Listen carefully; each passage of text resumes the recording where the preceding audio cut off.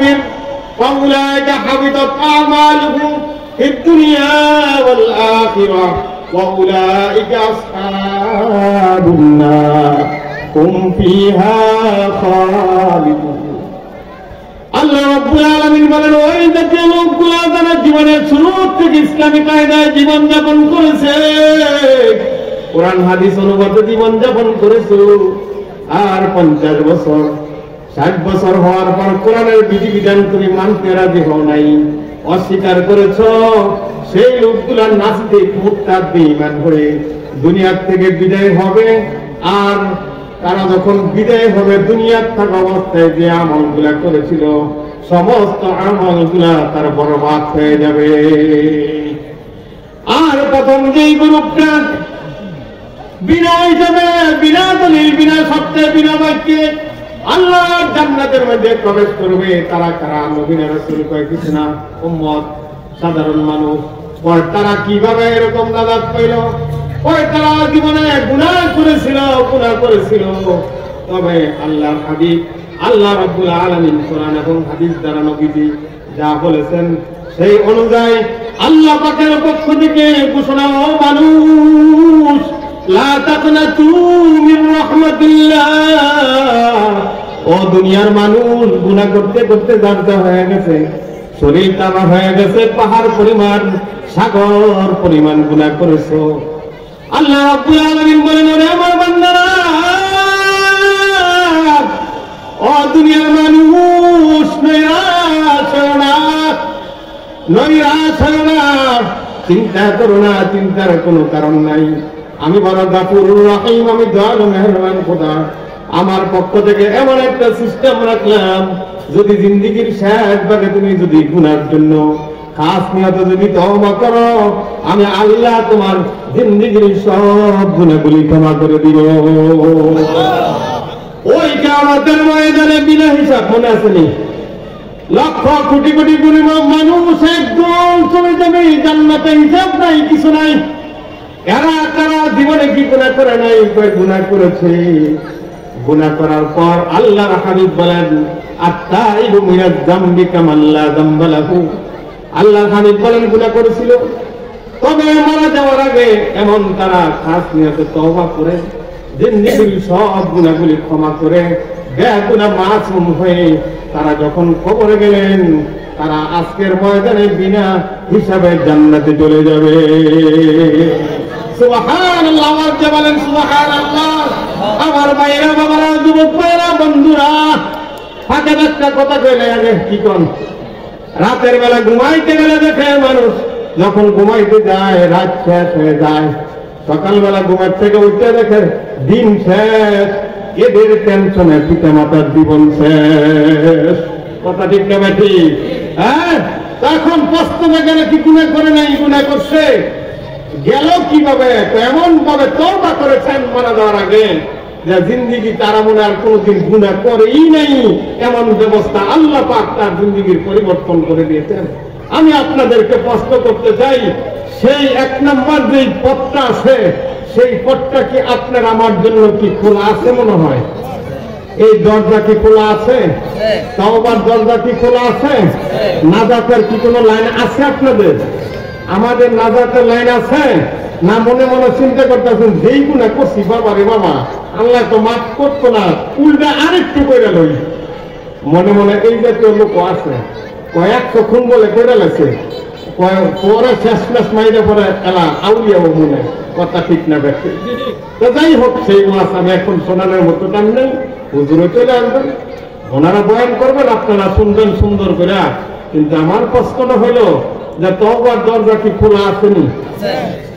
তবে তওবার দরজা যদি বন্ধ হয়ে যায়, আবু তালিবের মতো, ওই যে আমার ভাই মোহাম্মদুল্লাহ সব বলছিল, আবু তালিবের কথা বলছিল না, খাজা আবু তালিব, আর একটা কথা কইলে তেমনি কি করতাম, কমু কমু, আচ্ছা অনুমতি পাইছি, তাহলে কইয়া আবু তালিবের ইতিহাস আমি এত বলতে পারবো না, খালি এতটুকু বলি। ইতিহাস আমি কইরা যতটুকু বুঝছি, সারা দুনিয়ার এইটা আমাদের দেশে কিছু বিশ্ব আশেকা রাসূল আছেন, আশেকা রাসূল যারা আছেন, তাদেরকে কাউকে ছোট করা, হেনস্থ করা, ওই জাতীয় কথা আমার জবান দিয়ে আমি বের করার চেষ্টা কখনোই করি না, কিন্তু ইতিহাস কি বলে ওইটা আমি একটু শোনাই আপনাদের। সেটা হলো নবীজির ছোট্টবেলা সম্ভবত 8-9 বছর বয়সে একবার নবীজি অসুস্থ করছেন। অসুস্থ কি করে মানুষের, ওষুধ খাওয়ার পরে আবু তালিবে কি করছে জানেননি? এবার 3 দিন ধরে রোজা কিচ্ছু খায় না। ইতিহাস সাক্ষী দেয় 3 দিন পর্যন্ত কিছু খায় নাই। আর মোহাম্মদ কয়, ও চাচা আবু তালিব, আপনি যে খান না, শুকায় গেছেন না, শরীরটা চোখ খোলা বস্ত্র ভিতরে গেছে, আপনি কি করবেন? না খান। তখন আবু তালিব বলে, ও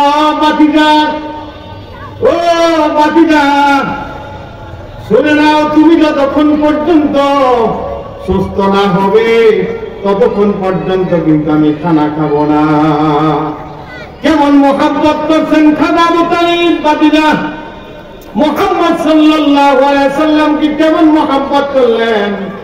ওই আবু তালিব যখন দুনিয়া থেকে বিদায় হয়ে যায়, আবু তালিব বিদায়ের সময় আল্লাহর নবী দিকে কানে কানে বললেন, ও চাচা, আপনি শুধু লা ইলাহা ইল্লাল্লাহ শব্দটা পড়েন, আপনি মুহাম্মদ পড়তে হবে না।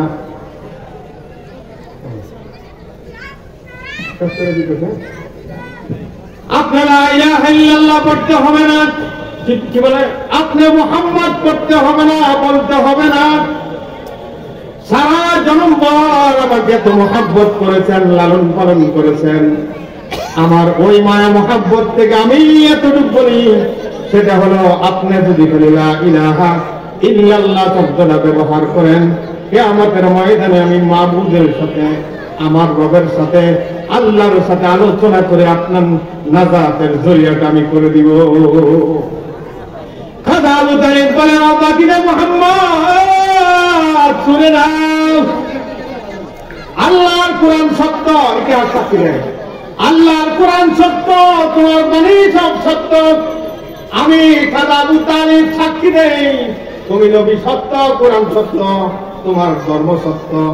তবে আমি আমার ধর্মের প্রতি বিশ্বাস থেকে মরণ হবে, দুনিয়ার থেকে বিদায় হব, এরপরে আমার মরণের পরে যা হওয়ার তাই হবে, কিন্তু আমি আমার ধর্ম নিয়েই কবরে যেতে চাই। আবু তালিব যখন লা ইলাহা ইল্লাল্লাহ শব্দ পড়ে নাই, আল্লাহ রাসূল কাঁদতেছিলেন, চোখ দিয়ে পানি পড়তেছিল, আর বলতেছিল, আরে সারা জীবন আমাকে লালন পালন করলো, ওই চাচা জাহান্নামের আগুনে জ্বলবে। আর মুহাম্মদ কাঁদতেছিলেন, শেষ পর্যন্ত কালিমা পড়ে নাই। ইতিহাস সাক্ষী দেয়, ও বিশ্বাস আজ কি বলে, বিশ্ব আশিক রাসূলের মুহাব্বতের অনুসারীরা সিরাত ছাড়া যারা নাকি নবীকে মুখে মুখে শুধু মুহাব্বত করেন, ওই ইতিহাস সাক্ষী দেয়, সারা দুনিয়ার সমস্ত বিশ্ব আশিকের সব মুহাব্বত যদি এক পাল্লায় রাখা হয়, আর আবু তালিবের মুহাব্বতের পাল্লা যদি এক পাল্লায় রাখা হয়, তাহলে আবু তালিবের পাল্লার ওজনটা বেড়ে যাবে। সেই আবু তালিব কি জান্নাতি না জাহান্নামী? মুখ দিয়ে ভালোবাসলে, নবীর গুণগান গাইলে যদি নাজাত পাওয়া যায়, তাহলে তো আবু কি কয়, আবু তালিব আগে নাজাত পাইব। তাহলে দুনিয়ার থাকা অবস্থায় আল্লাহ রসুলের তরিকা, মুহাব্বত দোনোভাবে সবকিছু যদি সিরাত যেটা রসুলের জিন্দেগি যদি আমরা পালন করতে পারি, অবশ্যই পরকালে আল্লাহ পাক নাজাতের জরিয়া করে দিবেন। হুজুর চলে আসছেন, আপনাদের সাথে কিছু কথা বললাম, আপনারা আমার জন্য দোয়া করবেন, আর এই মসজিদের জন্য আপনারা সকলে দোয়া করবেন। এখন হযরতের কাছ থেকে মূল্যবান বয়ান শুনবেন।